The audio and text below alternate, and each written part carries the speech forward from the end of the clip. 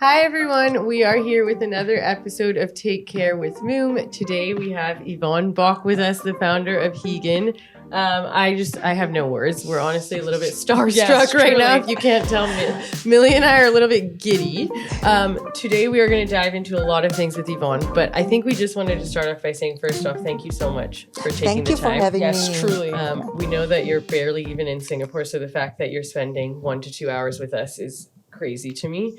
Again, a little bit starstruck. So if this podcast doesn't make sense, just finished her book, so yes, that's why. But anyways, I think one thing that we wanted to, we'll dive deep into the podcast a little bit, but I think one thing we wanted to preface this episode with is that there's so much information about you online in terms of your entrepreneurship journey, how you started Hegen, how you've built this business that has so many awards, you've written a whole book about it. But I think there's a huge part of you that isn't necessarily seen as much online, which is your wealth of knowledge you have in terms of women's health. You explain it in a way that's super relatable, just as you were saying to us earlier. You want this to be really relatable. So today's episode is actually going to be Mili and I picking your brain about women's health. And selfishly, a lot of the questions are just honestly things Maya and I want to know for our future. Let's go. For our future starting a family. But before we do that, I think usually we kind of just dive right in, to be honest. We're going to ask the hard-hitting questions immediately. Yes. I wanted to start off by just asking you a little bit about your birth story. You've had good ones and you've had bad ones. Yes. And I wanted to dive into a little bit on how that shaped you starting Hegen without going too into the details of actually the business side, but your personal experience with that story. Yeah, I think that's a real life-changing moment in my entire life. Yeah. And I think I wouldn't be who I am today without that encounter. Yeah. So I remember it was my fourth cesarean. And before going to the fourth cesarean, the doctor already preempt me. Okay, Yvon, there is high risk. Okay, multiple cesarean always have high risk, and this is your fourth time. So this is 1, 2, 3, 4, 5, 6, 7, 8, 9, 10. And this particular sentence, there is a risk of rupturing your bladder. Then I don't know why, I just keep focusing on that sentence. And I actually made a joke out of it. Like, oh my gosh. Ruptured bladder. Yeah. I didn't take it seriously. And sometimes the universe will make fun of you. Yeah. Like, that really happened to me. Did you know one of the issues with like multiple cesareans is a ruptured bladder? Like, was that something you knew about? Were these things that were happening to you? Or was it something, Not that at all. had been mentioned in your previous C-sections? Never. That's so interesting. You've done 3 of them. Yes, exactly. Never ever. And so when I was going down the list, why did I stop at that line? Yeah. So that was what happened, and that severe blood loss. And so they were trying to sew me up, to rescue me and make sure my baby is safe as well. Yeah. So I remember, everything happened when I was under the anesthesia, right? Yeah. I remember when I woke up, I was really, really angry. I was in denial. Interesting. Because everybody was staring down at me. So imagine like 5 adults, 5 family members, from my grandmother, my late grandmother, to my in-laws and my parents. And Leon was like, are you okay? Are you awake? Yeah. Is she alive? Like, everybody's shaking me and waking me. I'm like, come on, give me a break. Like, what's going on? Like, I've just woken up from anesthesia. Like, childbirth is a happy moment. Why you guys look so worried? Yeah. And there was like a IU blood bag. I knew something was wrong. Wow. I knew something was strangely wrong. Yeah. And I chased everybody out. I said, get out. Oh, wow. I sound so nasty, but No, really, You need to do what you need to do. Yeah. You just went through that. yeah. And it was so strange because I'm usually a very people-pleasing, like I love my family so much, and having them there always like the best time of my life. Yeah. But not that day. I chased everybody out. I was in denial. I practiced what was in the first 3 cesarean to get out of bed within 24 hours after birth. Right. I had no complication in the first 3, right? Yeah. Except the first one, but everything was like, followed by the book. Right. But this time around is different. Right. Something went wrong, but I still insist like, nurse, I want to get to the toilet myself. The nurse is like, no. You can't. You can't. You have a urine bag, you have an IU, and then you have a blood drip. So I'm so sorry you can't. I keep pressing the red button.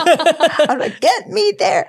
And 3 nurses had to accompany me. I was limping in pain. I was in such deep pain. The wound, everything. Yeah. And my body was going through a trauma. I forced myself to the restroom. And that was that moment that hit me. When I saw the reflection, first I saw myself. I was like a ghost. But then I'm like, wait a minute. I'm alive. Yeah. I look dead though. Oh my God. I really look like a standing dead. And then the reflection, I saw Kimberly in the plastic cord. That reality moment hit me really hard. Wow. I think, honestly, I mean, like that experience just sounds like, for lack of a better word, just wild. Yeah. That even happened to you. Yes. But I think what really just struck me by what you said was that you had you advocated for yourself so hard to make 3 nurses do that. And the reason you knew to do that was because you've had 3 C-sections. You knew that this is like the protocol. This is what I'm supposed to do. Yes. So you had that prior knowledge. And to me, even just hearing that, like, I don't know, if that had happened to me and the nurse told me, no, you cannot get out of bed, I would say, okay, I cannot get out of bed, I guess, right? Like, I've never been through it, so I don't know. And I think that's such a important part about any women's health kind of journey, right? Like Maya's talked about this with her own PCOS journey. Yeah, just being advocating. like, no, something is wrong. It's not normal that I bleed 3 weeks out of a month, right? Yeah. Similarly with you. So I think that's always something we forget to mention or like think about, but it's just, I mean, in that whole story, that was just like so clear to me that, wow, it's amazing. She was able to say this for herself. I was Take going to charge of say, your life. yeah, I was going Yeah. to say this isn't in what we were planning on asking you or leading to anything in particular, but all I kept hearing is like this fierce determination that you have. Clearly, you're a born entrepreneur. You just didn't know it before that because Maybe it was the blood that was like, thanks to the person who but donated the blood. I'm like, just as you're saying this, is also funny. It's like Mother's Day is coming up. Unfortunately, we can't release the episode on Mother's Day, but my mom has a lot of history with back issues. She's had multiple surgeries, and she is the fiercest determination I've ever seen in a woman. Like, she will make herself get out of bed even when the doctor is like, this is an impossible task, which sounds very similar to what happened to you. And I think clearly something in your head or brain or body shifted in that moment. And you were like, not only do I have to get out of bed, I must advocate for myself. And I am clearly here for a bigger purpose. Yes. And I think that's what led you to start. And I think what we want to know is, okay, what was that mental shift that you were like, I must do something more than what I'm doing now? Yeah, it was very interesting because that moment is still so clear, so clear to me, crystal clear, that being alive is a gift. So that moment, I'm like, this is my second chance. Yeah. Let's make it count. You know, if you have this second chance, hey, I freaking do something good about it. Yeah. And how can I pay it forward? I should be thankful. I shouldn't be angry. Can I do something? Allow me to do something. Then the reality sets in again. I don't have much time. I have 4 kids. Yeah. And then in terms of money, I think all my disposable went to the kids. Yeah. And I'm like, what else can I do?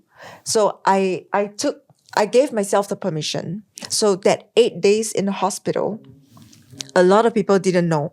I actually disallowed visitors. Oh, wow. Okay. I actually advocate this for all my friends. You have the permission to disallow visitors. Because that is where you need to care for yourself first. And if you are full, you are not half empty, you can then serve and care for your little one 100%. Because we just gave birth. We did like incredible, like, you know, the body went through so much. Yeah. And cesarean or natural birth, we went through so much. Yeah. And then we have to like smile, look pretty, make so sure. Did this include like family? You were like, no, besides your husband, I Beside assume. my husband, nobody else. Wow. So all they could see was a TV showing the photos of the baby. And it was funny because I would draw the curtain and then they still want to come. They're very worried about me. They thought I went cuckoo. And then, so I say, carry on. You just stay out. No, nobody's going to take my baby. Leave the baby with me. Leon, you can help me to say hello, but I'm not seeing anyone. Leave all the gifts and well wishes there. They will see the picture and I will like, okay, I know who came. I can hear the sound, but nobody get to see me. Nobody get to talk to me. Yeah. Wow. So that was very important. I know Millie's like, this is my plan. As a slightly more introverted sister of the two, I like the idea of like, not having to have to like, you know, smile and constantly say thank you. And what, even though of course, I'm sure you were so thankful that everybody was there, but Absolutely. It's like, that's really the time for you to be, I think it's like, it's the one time you can be selfish. Yeah. Like you can think about yourself Yes. and only yourself. Yes. Yeah. And I That's think amazing. people will understand. It's just us being vocal about it. I think I was exceptionally vocal that particular journey. I mean, you deserve to be. Yeah. And so that gave me time to actually start to acknowledge and accept that I went through a trauma and that 8 days I spent time to allow my body to heal. I gave myself permission to heal. I was in a lot of pain. I mean, I can't even imagine. Yeah, I'm allergic to painkillers. So like the whole Simplex family is out for me. So I take only Panadols, like 8 Panadols a day. Oh my gosh. But imagine that whole surgery and the whole trauma. I was in freaking lots of pain. Yeah. But then I was like, okay, I give myself time to heal. And I actually took it as if there is pain, there is healing. Yeah. It's like going to the gym, right? If there's pain, okay, I'm recovering. Yeah. Then I was latching my kid.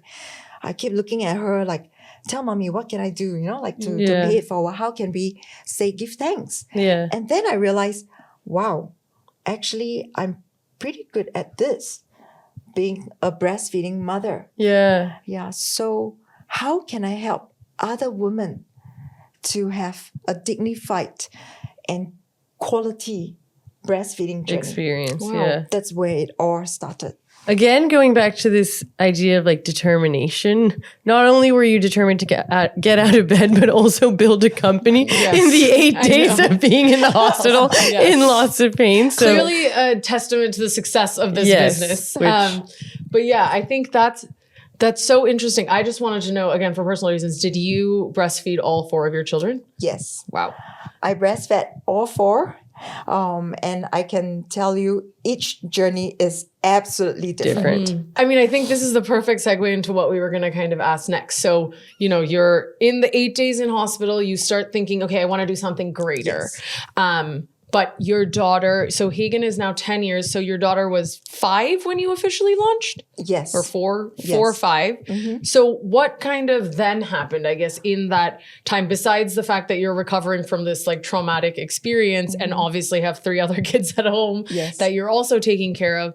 Yeah, I guess in that 5 years, in the quickest way you can possibly put it, what took it from just this idea to then product to, I mean, and then to even not only just product, right? Like you've built this entire educational ecosystem, like service and this like empowerment of different women as well. So lead us through that journey a little bit. So building a business is not overnight. No. It starts with an idea. Yeah. But to make that idea come to fruition and for the fruition, the fruits to take off, it takes years. And that 5 years, I went through a design leak. I have to go back to, you know, ground zero and start all over again. And then with that strong determination, I want to remove screw thread. And people are like, nah, you know, why no screw thread? It's so easy to make bottles round. And why do you have to defy the convention? I'm like, why not? And I was challenged not just by external parties, I was challenged internally too. Because all the subject matters experts, they're like, Yvon, you know, including my dad. Yeah. He was very supportive, yet he was also very cynical. I think for the viewers who don't know what you're talking about, because to be honest, until I read about all this, I didn't know the difference between all of this either. So the cool thing is that it's a twist off instead of like The screw thread. top. Yes. Like the way a water bottle is or something. And then it just pops on. It's so easy. And it's airtight. And it's patented technology, by the way. Worldwide. Yes. Yes. Yeah. And so with that, I felt close to 200 times. And I refuse to give up. I really refuse. I think I'm almost at a point Where you're like so close to giving up, but Yes. you didn't. Yeah. And every time, like to that point, sometimes I'm like, is it me or is it really impossible? And were then you doing this with your husband at the time, or was it just you still? me and my dad and Okay. Yeah. Leon has always been that silent cheerleader at the Yeah. back, you know. And so there were days that I started self-doubting, you know, but I'm like, no, one more day. Let me Yeah. try one more time. Yeah. And then, and so I think it's very important to have that mission behind it. So when I knew this is going to work, I knew that if it worked, it's going to help so many people around me. It's okay. I will try it one more day. Whatever and one more it day. takes, it's Whatever gonna it takes. happen. Yeah. More than 24 hours a day if I Yeah, have, yeah. I will put in every single heart and soul into it. Yeah. And so it took me close to 5 years. Yeah. And the reason why we launched only at the 5th year mark was because I spent a lot of time protecting it as well. Yes. Yeah. And we've Yeah. read a lot about that. I think Yes. that is an amazing business tactic that anyone should read your book as well. I think because I lost the first idea. yeah. So it also reminded me like, hey, you know, doing business is not so gullible. Like, Yes. you know, I started with a very pure heart, like, hey, just do something and go out and run. So Yeah. we must really protect because this is our future. This is the future we are building. Yeah. Wow. I guess like fast forwarding a bit, right? Like you've built such an amazing business. Obviously the bottle was just the beginning. I think what we want to get into the weeds of, you have this whole education arm Yeah. that has launched quite recently, I Yes. guess. What made you shift from building more than just a product? Interesting. So we all have to start somewhere. So I chose to start a product because that was the closest to me, because I have the family business that is manufacturing. Yeah. And then I have the product design expertise. So I started with thinking, how can a product support breastfeeding? So maybe this is the context that the audience will need to know, right? Yeah, we'll know, yeah. So for a breastfeeding working mother, the biggest guilt is we are often away from our child. And so when we are away, the best thing that can support us is a bottle that complement but not replace us. If we are breastfeeding, when we get home, we want our kid to run to us and smell us and, just want us. Yeah. And so I went through Lucas, which is my premature baby, number 3. And he had this nipple confusion situation. Read my book if you want to have the backstory. But fast forward, right? Because of that nipple confusion situation, I wanted to really design a bottle that prevents nipple confusion, Right. and help mom to feel safe and feel protected, feel empowered that, yes, this bottle is here to support me, Yeah. to give the best to my child, and to allow me to pursue my personal dreams and goals. Yeah. So I started with a bottle and then storage system. And so that product range continued to grow with the family. Then I realized during COVID, a lot of people reach out to us. The hospitals are only for the emergency cases, are closed for COVID. And that's the last place we want to be in as well. Yeah. Where can we get information, help, support? So that's where this whole Hegen Experiential Center came about. I thought, hey, why don't we create that platform, set up a community, bring in science-backed, evidence-based kind of knowledge. That means IBCLC's International Board Certified Lactation Consultant to come in and support moms and support them to achieve their goals. So I always say their goals are our goals. Yeah. So we don't set for them, but we help them to achieve what they want to do. So that is what Hegen and Flegen is about. So it was called Hegen Lactation Center because initially it's really about how to support lactating moms. Yeah. Then mom started asking, can we learn like baby massage? I'm returning to work. Yvonne, can you guide us how to return to work right. smoothly? You know, how to prepare. Actually, there is like some steps to take before we get back to work. Would you mind sharing what like one or two of those steps? What would you say in your opinion is like the number one thing for moms who are returning to work, post-maternity leave, returning to work? Yeah. I think this is particularly to breastfeeding mothers. Yeah. It's very important to start a bottle once a day about a month before you're returning to work. Right. So it's not a shock. Yeah. Yeah. Baby are habitual. So when they see that this is something that is part of their feeding system or process, they start to accept. And baby need time to accept. Yeah. And I tell you, mom need time as well. Yeah. Mom guilt. Yeah, and then every time it's like, oh, I think you should latch. But it's time to also allow your child to grow, to Right. be independent. Right. And allow caregivers, spouse to be part of that feeding process. Yeah. So that is really the 101 The number one, of yeah. returning to work. Yeah. And don't be afraid because Hegen bottle, we are here to support. We're not here to replace. Yeah. So I think that's that is actually a really interesting yeah. way to put it for moms that are thinking about, you know, I guess just like giving birth or even like prenatal, just the whole concept. It's very interesting about not replacing and just supporting. Yeah. I think just to go back to kind of the experiential center and education, I think what's very interesting about you in particular is you went and got lactation consultant certified as well. Yes. As a founder, we're already like, we have no time. And then you're like, okay, I'm launching a whole education arm. And then you're like, no, I have to take it upon myself to not only be a businesswoman, but to also be an educator. I guess what made you want to do that personally? And how did you think that fit into, I guess, your greater vision with this space? Yeah. So to become an IBCLC, it took me 3 years, 14 health science courses, Oh my goodness. and 1,000 hours to serve moms.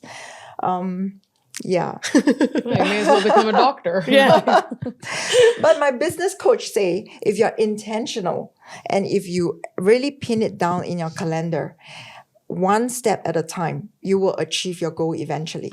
And then I wanted to be a role model for my kid because they were going through major exams during that period of time where I was taking the IBCLC exam as well. I'm like, hey, guys, let's sit down on the dining table and let's together. You study for PSLEs, I'll study for.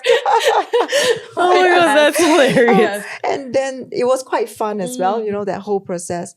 But what drives me to really ultimately want to achieve this IBCLC is I feel that other than my personal experience to help other mothers, I want something that is really science-backed, really with evidence-based, with data. You know, we couldn't just like old wives' tale, you know, or I've been there, done that kind of experience. I want to qualify myself that I have an authority that I can really share confidently that this is the health and health and wellness kind of method. Yeah, the right way. I don't want to give people a wrong idea. You know? I want to go back to the fact that you are this lactation consultant. And I think just for so many of our listeners and our community, everybody always has questions on like the educational side of things. And so I guess my first question is like, when you are preparing for breastfeeding before the baby arrives, what would you say women can do either like pre-conception or while they're pregnant that can really help kind of prepare for that journey? Because you hear a lot, and you know, I think for example, I love my mom, but when I say this to my mom, she's like, no, you just have to try. Everybody can breastfeed. And I'm like, nope, some people can't. So, you know, but there are things obviously that you can prepare. And it sounds like in our generation, it's like becoming harder and harder for women. So what would you say are like the one or two things that women can do prior to actually giving birth? Or is there nothing? Then, okay, I probably will start even one step before trying to conceive. This is a very common topic I have with quite a few friends recently. They are really having so much on their mind. Like having a kid, like, oh, my body, and what kind of sacrifice, and then am I able to conceive, yada, yada, yada. actually having a baby or making a baby shouldn't be something so mechanical. First, enjoy the intimacy. I mean, really, me and Leon, once a week, date night, it's a compulsory thing. Right. Even if it's just an hour, go out for a meal or just catch a movie together, although he fell asleep most of the time. He needs rest. He's there with you. Yeah. That's what matters. Yeah. Yeah, I'll be like, that's very important. Yeah. And enjoy it. Take a getaway holiday. Yeah. Spend some romance time, and then also prepare yourself. Nutrition's very important. It's very super important. I can't emphasize enough, because I have friends who are trying like IVF as well, and I will often tell them, treat your body as if it has already given birth. Right. Because we do so much post-birth, right? Yeah. But what about pre-birth, So making sure that our body is ready to receive something, to hold something, that's very important. Can you as be well. a little bit more specific about that? I'm interested in this. Like, what aspect of nutrition, how do you actually prepare your body for success? Because as two women who are going to eventually be trying to conceive, maybe not right now, I want to know, what should I be doing now to improve my health during this journey, especially as someone who has PCOS, right? Yes. I think eating the right balanced diet. So this is the time I wouldn't ask anyone to go into a slimming diet or extreme, program. It's very important to feed yourself with well balanced nutrients, and also the womb. It's very important to keep it warm. Interesting. Yeah. And so actually I have this, this is really science backed as well, to actually really wear something or keep your womb warm before trying for the baby. Oh, wow. Like a hot water bottle or something? Yes. Oh. Yeah. It's like, menstrual. Would you recommend, like menstrual care? Yes. Would you recommend doing that even when you are pregnant? Not when you're already conceived, but before you try to conceive, it's very important to warm up yourself. Yeah. Wow. Yes. So basically during the phase of TTC, yes, put a hot compress, do something. And why is that? I think this is something to do with also TCM, right? Yeah. Yeah. So a woman's body, if it's very cold and it's very weak, so when we say the womb is cold, it is not enough energy. So when there's no energy, even if there is any incubation of the fertilization, right, it might not be able to hold. So that is the part that we want to make sure, if we're going to try, let's make it work. Right. Yeah. Do our best to make sure that it stays warm. Yeah. And energized. Yeah. And some form of fitness. I personally love yoga. Yeah. Some friends, they like Pilates. Yeah. I mean, you do you. Yeah. Like for me, I like some stretching exercise. I think it's healthy. It's good. It also keeps us more active, the blood circulation. So that is also very important. Right. Yeah. Really, I think fitness is It's a huge pillar. Yeah. So we often ask, like, why younger people get pregnant so easily. Like, oops, accidentally, and something happened. It's because we are much fitter, We're active, we're moving more. Yeah. The blood circulation, our heartbeat is much on a, active lifestyle. So it's very important to also prepare ourselves that way. Yeah. And then we conceive. Yes. Yeah. When we conceive, we eat well, not necessarily eat for two. Yes. Yes. Yeah. We've actually just been talking about this, that everyone's like, when you're pregnant, you're eating for two. It's like, no. Nope. Yeah. No. You will feel hungry because you're building a nest, right? You're building a little home for your baby for the next 9 months, but you don't have to eat for two. So try to enjoy the food. And then they say, is there something you shouldn't eat? Eat more. I would recommend be safe. So don't eat raw items. So personally, I avoided all the raw fishes. Yeah. And also the smoked meat. Yeah. And also cheese.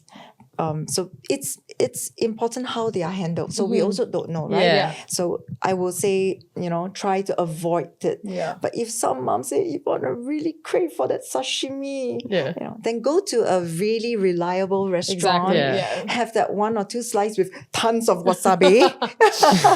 Yeah. The spice can kill all the Yes, bacteria. Yeah. I did that. Yes. Yeah. And if it makes you happy, why not? Yeah, exactly. So pregnancy is about being Happy, yeah. nourishing your body. Balanced diet. Yeah. So I really advocate balanced diet. Drink a lot of fluid. Yeah. If you like soy milk, if you like, cow's milk, Yeah. whatever it is, just keep hydrating yourself. Yeah. Whole grains. Yeah. Those are really good, like nuts. Snack on those. It's also got a lot of like omega that Yeah. is good for the baby. Exactly. Yeah. Folic acid. Yeah. The tablets.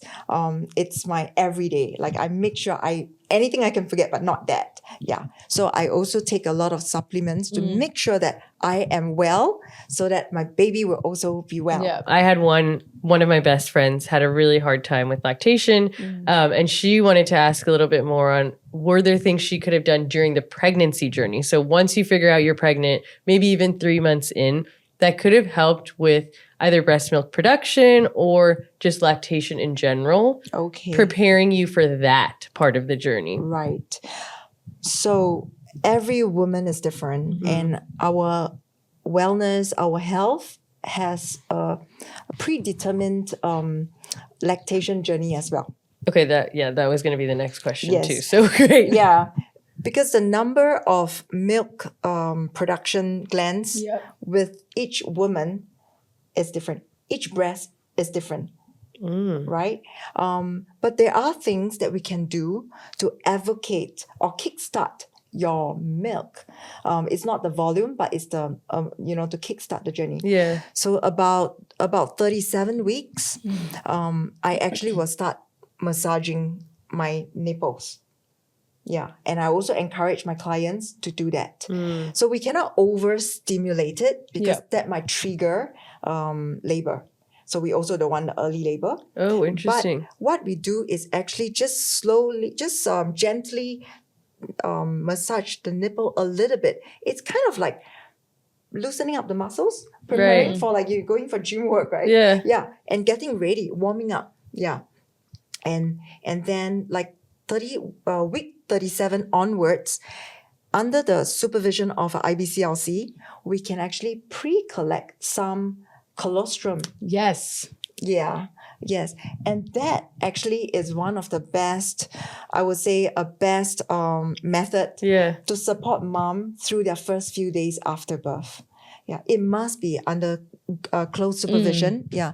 So number one, we don't want to trigger labor. Number two, the way we protect the tubes of colostrum collected must be very hygienic. Right. So I always recommend putting it into an airtight bottle. Don't open it anymore. Put it into the fridge, the freezer, and until birth. Right. Then you take it out. So it's very important. There's a step-by-step method And to then it. do you recommend the mother consumes it or the child It's for the consumes it? child. It's for the child, Yes, right? Yeah, it's for the that's child. so interesting. Yeah. And so that first few tubes, right, are like the appetizer for the baby and also give mom a bit of time to get into it.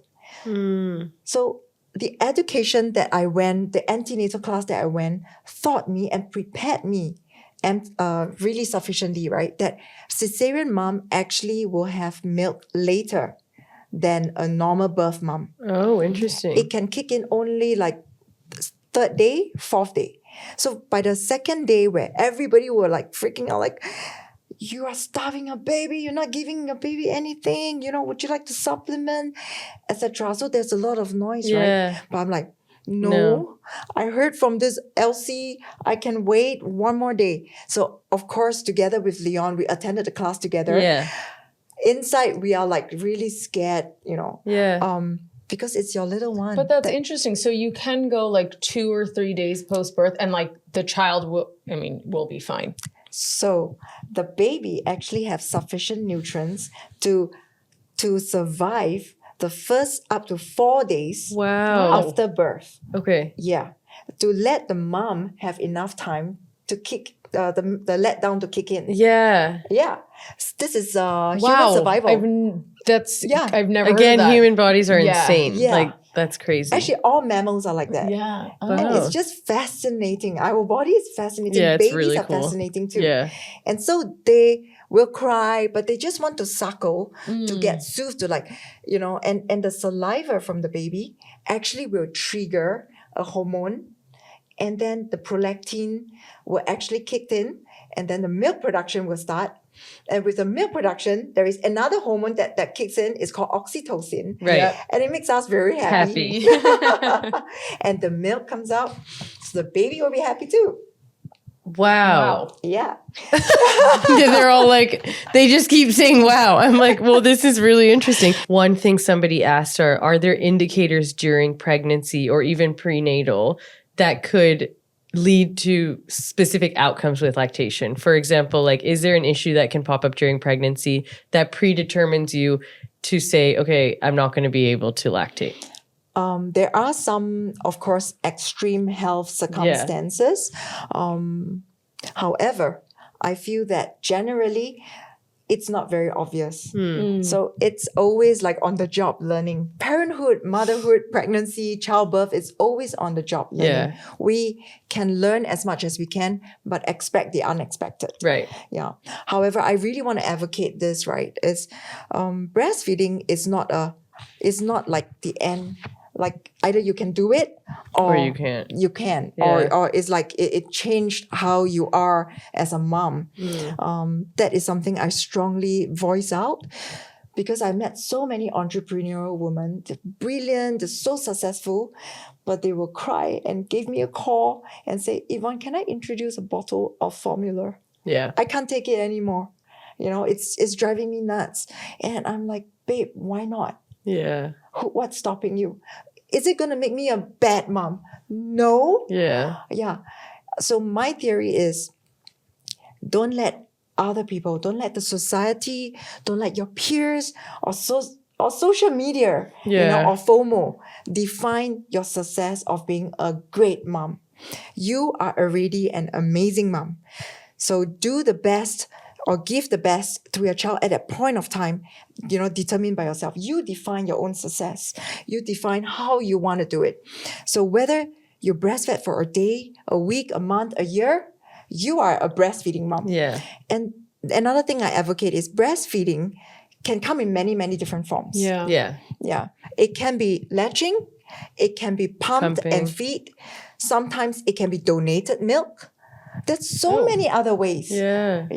and don't let it affect how you feel. And if really some low supply mom, they are desperate already and it's affecting their mental wellness, Yeah. I say stop. Get yourself on the happy side of things. Motherhood is a gift. It's a blessing. Your baby needs you. You need to be happy for your baby. Don't let all this take away the happiness. Don't let other people rob you from Of the experience. of the experience, the moments, right? So if you do need to supplement, if you do need to combine feed, if you have to really choose the formula feed eventually, why not? Yeah. Yeah. So that's my personal voice, and I stand up for a lot of breastfeeding working mothers, because the modern era is so tough on women. Yeah. Exactly. We have to do it all. Truly. It's crazy. Yeah, and I think it scares a lot of people Yeah, too. Exactly. And that deters a lot of people starting their motherhood journey, right? It makes it feel like it's not something that I have to achieve X in my career before I can even think about this, because otherwise, how will I even get there if I'm supposed to breastfeed, be a great wife, be an amazing employee, like do so many things where like there really is this notion of that women kind of need to do it all, but I mean, let's be real. Nobody can do everything. Yeah. We can't. So, Absolutely. you give and take in different areas. And I think, like you're saying, if the give that you're doing is that you're giving your child formula, but your child is so happy and you're so happy and you're enjoying the experience, then why not? Yes. Like, go for it. Yes. Yeah. So I think now that we've really gone through the pregnancy journey with you, but now that we're on the postpartum side of things, aside from, let's say, like the textbook advice of like, confinement and like taking care of what you're putting in your body, what would you say are like the one or two things that are really key and oftentimes neglected by new mothers for their postpartum recovery. And not necessarily for the baby, but I think more like for the mom, whether it's mental health or physical health or those kind of things that, because I often do think once you have a child, everybody focuses on the child and forgets about the mom. Yeah. Yeah. It's so true. It's so true. I think postpartum, what the mom really needs to do is to love herself more. We often forget. We tend to chase expectations. Right.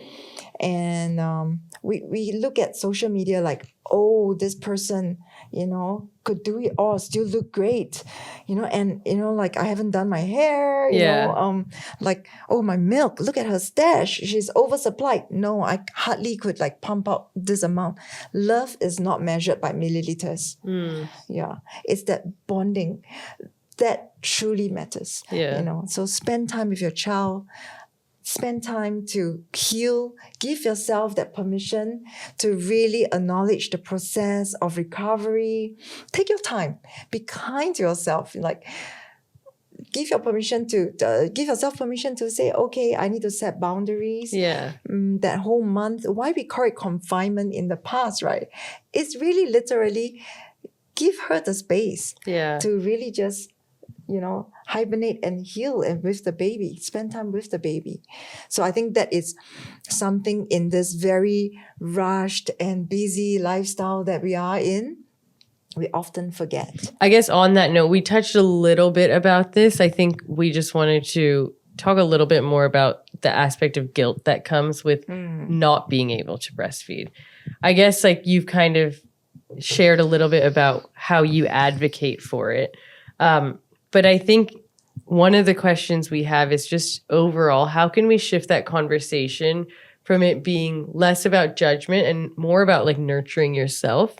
I guess conversations like this obviously help, but do you have any pointers for new moms around that guilt that they might have? And I think guilt with mothers come in various different forms. Yes, I think I was just going to add to Maya, like not only breastfeeding, right? Like you're saying, like going back to work. I mean, this is it's like a hypothetical that I think about all the time. But like when I have a kid, like I'm my own boss. I'm not getting a 4-month maternity leave. So like, do I just leave my child? Like what happens? And then am I a bad mom for doing that? But then am I a bad founder for not going back to work? Like there's so many questions. Yes. I can have an episode with you on that. Yes. Please. Yeah. Yes. I think the first guilt all moms will go through is the thought of leaving the baby and returning to work. Yeah. It kills us. Yeah. And then, so we actually have to also build our muscles, our mental muscles. How do we let go? Finding a buddy. How do we speak with our colleagues at work, supervisors at work, bosses, to let them know what is your goal and also how would you like them to support you on your breastfeeding journey. For example, when I first returned to work after my first child, I was often away from the table, going to pump every 3 to 4 hours. I was pumping away, right? And it's really hard work, and it's crazy because I have like this huge bag with a lot of items, a pump and a containers, and so clunky. It's really undignified. Then to come back to the table, to face the music, to say, hey, where have you been? Like, are you skiving? Like, why are you not at your desk? I was so hurt. And I cried. I really was like, oh my gosh, like, how could you say that about me? And then I took the courage. Okay, I was really scared. I was freaking like scared to lose my job, right? I went up and I actually shared with my boss, like, to be honest, I'm a pumping mom. So what, pumping? What, pumping? I'm really a pumping mom. And then he's like, what's that? I'm like, I'm breastfeeding and I'm trying to pump my milk and I'll be away from my desk every 30 to 40 minutes. But I promise you, I'm still contactable. I'm actually still on my phone. If there's anything emergency or urgent, I'll be here. And he was so guilty about it.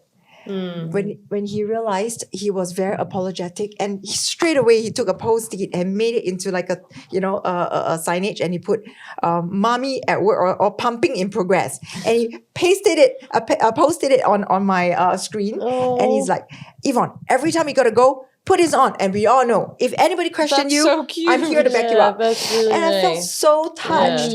And of course, that's also about standing up, advocating it, and voicing it out. Don't suffer in silence. Yeah. And then find a buddy when you return to work. Yeah. We have many moms return to work, cry together, and then support each other together. Yeah. And then they realize that, okay, they are strong enough to actually, they realize that the baby also grow and become more and more independent. And then the guilt will actually win off gradually. The second type of guilt, right, is expectations. Right. I think just now we talked about a little bit about it, but I think there's a lot of expectation actually we exert on ourselves. Yeah. First time mom. Wow, breastfeed. I need to breastfeed. It needs to come automatically. I need to have enough milk. Yeah. My baby needs to drink this much. And like, I want to make sure that I have more milk each day. But who sets those rules? Yeah. Yeah. We can be chill, we can take a step back and understand our body, understand the appetite of our baby, and then we adjust. Yeah, give ourselves that pace and time, adjust. Be flexible, be agile about it, and be happy about it. Yeah. So I think managing our own expectations. Yeah, I remember my first child at 6 months mark. Literally, he just like turned 6 months. I was like, oh no, am I supposed to introduce formula? Like, am I supposed to introduce like solid food? I don't know how to. Yeah. Like, should I stop breastfeeding immediately? Because like if I don't give him formula, that's 20 years ago, right? Yeah. And so nobody, Oh my gosh, that's nobody crazy. tells me like breast milk is great. So I'm like, so am I depriving my kid without formula? Yeah. So I was really confused and panicking, and there was so much stress. Yeah. And then so actually I scrambled to find formula, like which one to buy. Yeah. Yeah. And then like how to make solid food, what to introduce.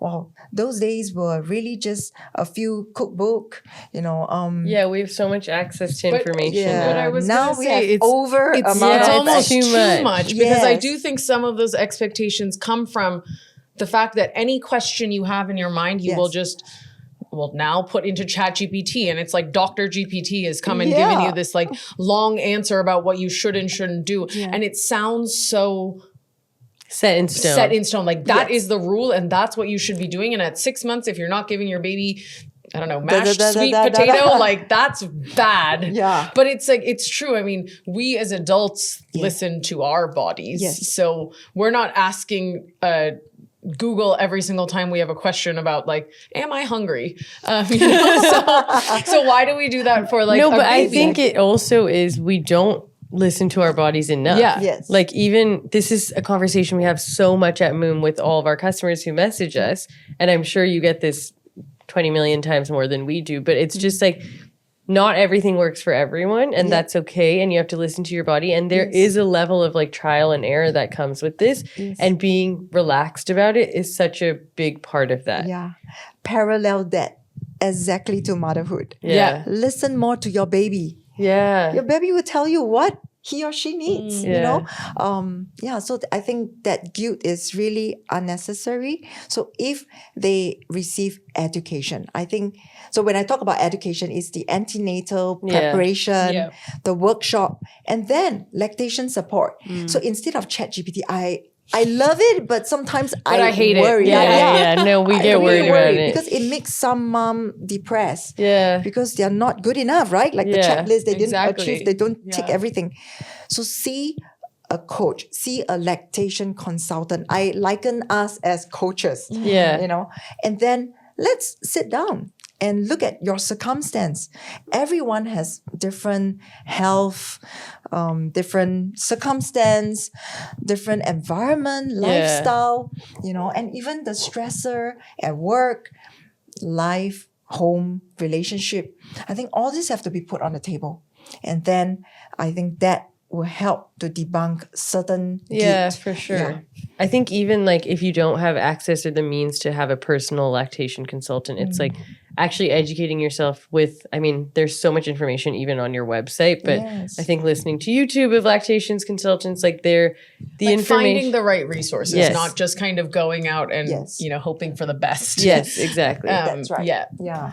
Well, Wow. I think we have taken Great up so ending much of note. your time, but this has been, I have so many more questions. Maybe we'll do a part 2 one day. Yeah. But I think just to kind of wrap it up, going back to what you've built as a brand, as a movement, and this beautiful center that we're in today, what is next for you? What is next for the mission? What is next for Hegen? You were sharing a little bit about the lactation center as well. And so what's next? Also, this is our 10th-year anniversary. Yes. Yay! Celebrate! My mission has always been very focused. Yeah. Is to serve 100 million mothers around the world. Yeah. And a lot of people. Yeah. I feel like you're already there Yeah, I probably. know. I will get closer to the Yeah. number. Yeah, a step a day and closer to the number. And then I started Flegen. It is to really to nurture with the art and heart. Yeah. So I want to be that sister, to all lactating moms. I want to be that buddy for breastfeeding working mothers. Like, that your goal is my goal and I'll help you achieve it. And you're safe with me. Actually, Hegen and Flegen, that is a very old German idiom. And that was my inspiration when I was looking for a brand name. And it actually means to cherish and to care for. So this year, I'm very proud to officially say that, yay, it's now come to like a complete circle. Yeah. So this is only the beginning. And then the next step is I'm going to do more in terms of the product innovation, focusing on more breastfeeding, primary feeding, meaning like all the bottles that serve the babies, and also secondary feeding that continues to grow with the child. Right. So we have introduced like lifestyle bottle, bigger That size cool bottles. set that I just Yes, the cool origami. milk Moom X set, Hegen yeah. collab coming soon. Yeah, and we see a lot of people using our bottles for like supplements and drinks. Yes, Yes. we were just saying that outside. The adult bottle, but even this bottle, honestly, you could just shake it. Yeah, it becomes a shaker, right? Yeah. Because of the measurement. So they say that we Yes, can really prepare the drinks. And so that is for the product side. And for the service, I want to continue to grow with each and every mom and parents and to continue to expand it overseas to all the 27 markets that we're in. So we will really support holistically from products to service and a community that we'll build around the world. It's amazing. Wow. Well, I think thank that's a you beautiful so note to much. end Yeah, on, that honestly. was the most perfect note to end on. So thank you so much. We hope you guys enjoyed the podcast and this episode as much as we did. Lactating moms to be, honestly, even if you're just thinking about it, I would highly recommend coming to the center. Here. It's just so amazing. cool. And thank you again so much for Thank you, ladies. this was amazing. Thank you. So cool. Thanks, everyone. Bye.